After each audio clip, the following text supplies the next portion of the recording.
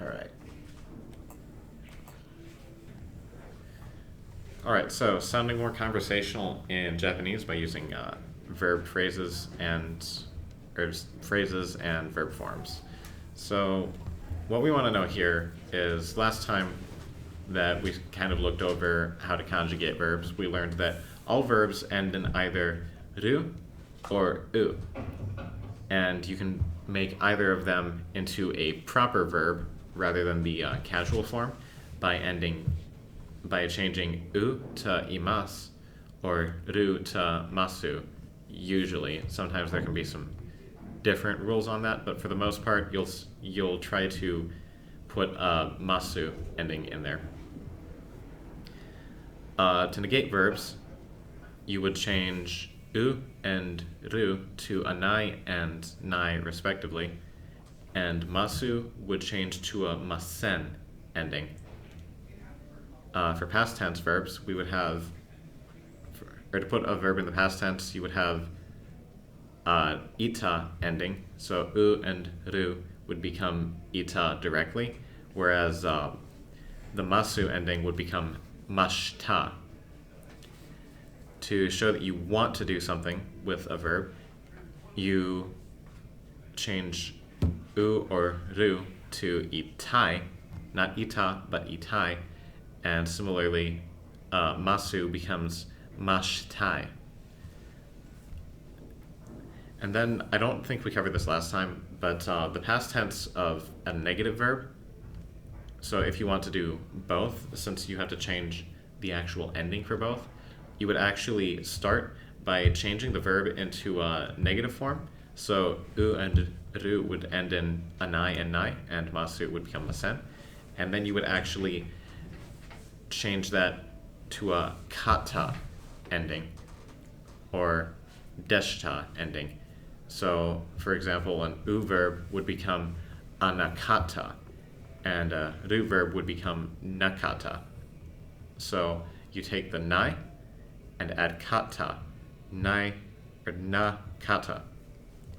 And for the masu ending, you would change masu to masen deshita, which deshita is already the past form.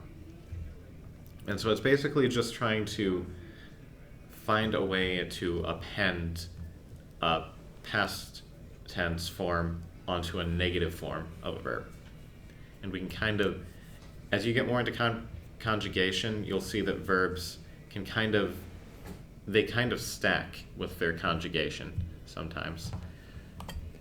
But I also wanted to introduce another form called the te form of the verbs.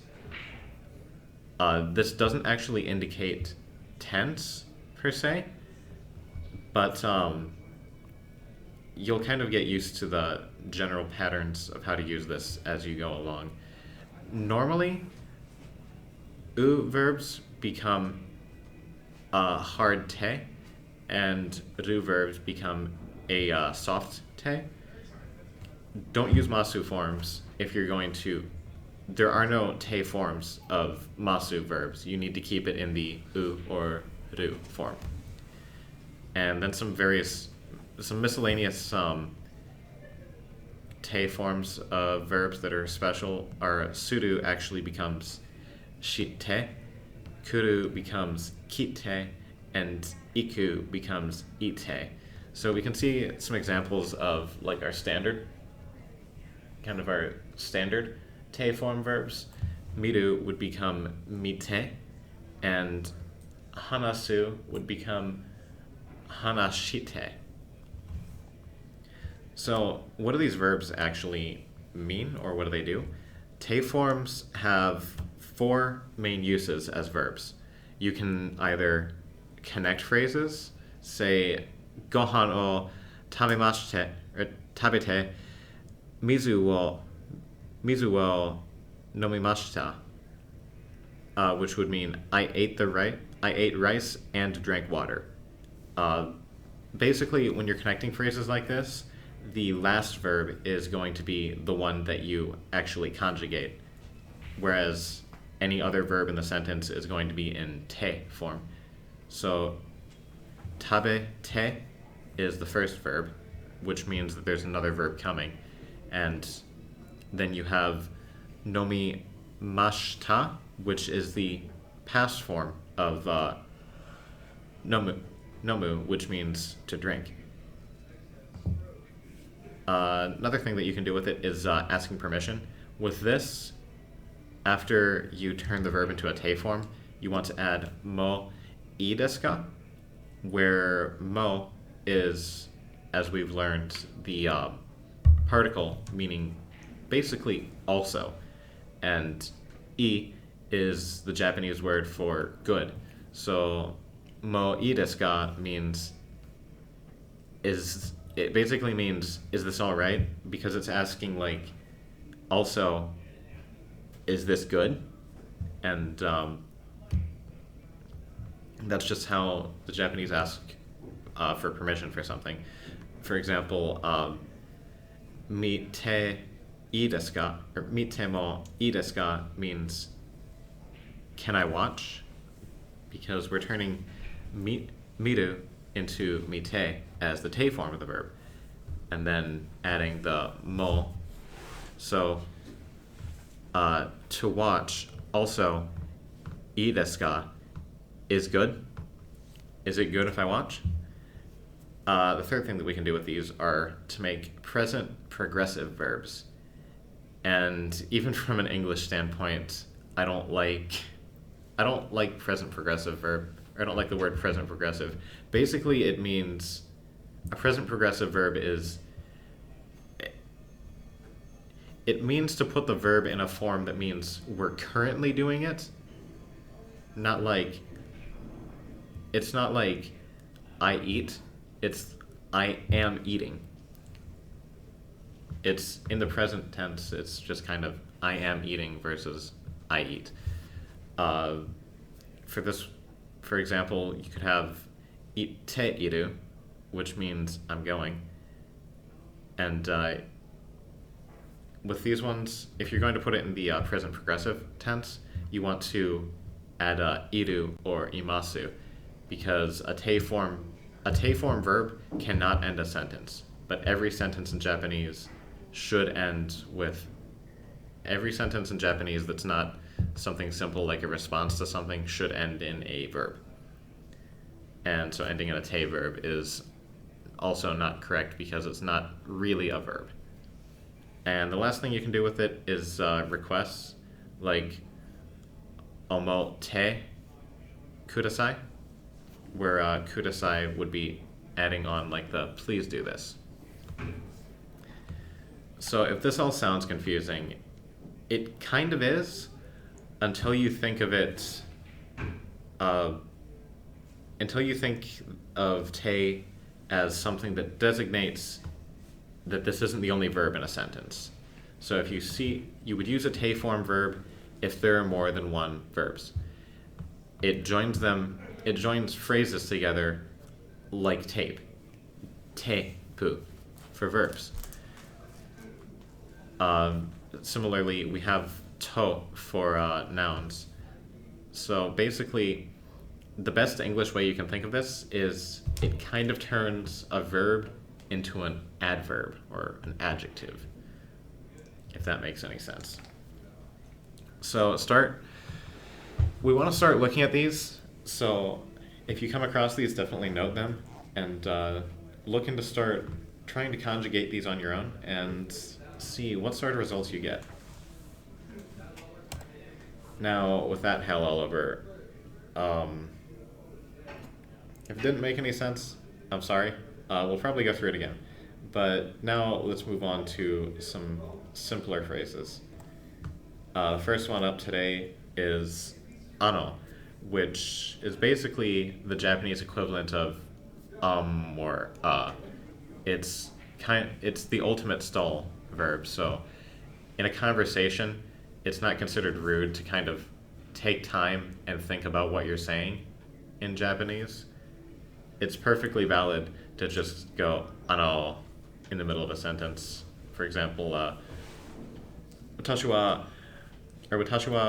oshi wo osushi wo tabetai desu. Kind of like you, from the perspective of someone who doesn't know Japanese, you could kind of pause out and start a sentence and then say ano to kind of show that you understood what you wanted to say in the beginning of the sentence, but you don't know how to end it, or you might be confused with the conjugation of a verb. Yes. Ano was described to me essentially as a just a minute, let me think about this. Yeah, basically. It's or but I don't like to use those two as direct translations for ano because they're considered rude in English. Or your mom always tells you not to use them. Your Japanese mom doesn't tell you not to use ano. Next one is demo, which basically means but, and it can be used. It's used to kind of present new information on something. It's almost exactly the same as how you'd use but in English.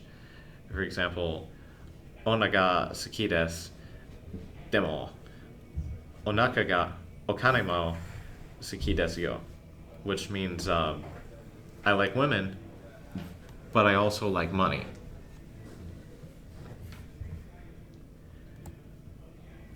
Another good phrase for us to understand is wakarimasu, which means I understand. Alternatively, a more casual form that we learned earlier was wakata, which is just the shortened form. You can use this to show kind of that you picked up on what the speaker said and that they don't need to repeat themselves, or that you don't need more clarification. It can be used definitely as a short response, although wakarimasu is also a great verb that you'll see in other cases, like if you're trying to explain to someone that you understand a certain subject or you know something about a subject. It's also useful to know that wakarimasen means I don't understand, which would basically say like, hey, can you repeat that? Or I don't quite have the Japanese to know what you mean here. And wakarimasen can really help out there. Next up are chotto and mate are two similar words. Chotto literally translates to a little, and it implies like, please give me a little of your time is what you're asking for. Kind of like we went over earlier, you can actually turn a noun into a question and just be like, do you have this, by asking the noun as a question. Mate, on the other hand, actually means like wait. And it's actually the te form of the verb matsu, which we learned earlier too. Matsu meaning to wait. Mate meaning like please wait. Because it can be turned in, because te forms by themselves like that are turned into a could you please do this. Oftentimes you'll hear people like chotto chotto, which is kind of stalling out like, hold on a second, I need to think here, or please don't continue yet, or something like that. Chotto mate is also common, and mate. You can kind of combine the two, swap them in, out, use one twice, or use both of them. It just kind of depends on how you're feeling, and the emphasis that you put behind it can definitely change the meaning or the structure of it. Another one that I wanted to cover was honto, which means really. And this one can be kind of dangerous. It may get them to like repeat or deconfirm, or just say like no, I was just kidding. But if you're unsure of what they just said, be very careful using this, because it kind of implies that you understood what they said. But this one is kind of used to call out sarcasm and stuff. And the last one I want to cover tonight was dakara, which means therefore or so. This one's kind of cool because it can be used as a phrase or a question. So, as an example, if someone says something, you can kind of give them the reply dakara, which means and why does this matter, or so what. Used as a phrase, it's closer to Oh, I'm sorry. of course, close the door as loudly as you can. Yeah, that'll beat the microphone. Using it as a phrase would mean closer to like, this happened, so I'll do this, or like, kind of giving a explanation to something. If that makes any sense. So, any questions or comments on tonight?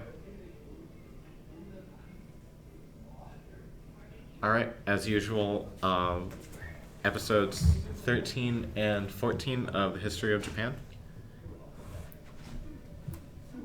And that should be it.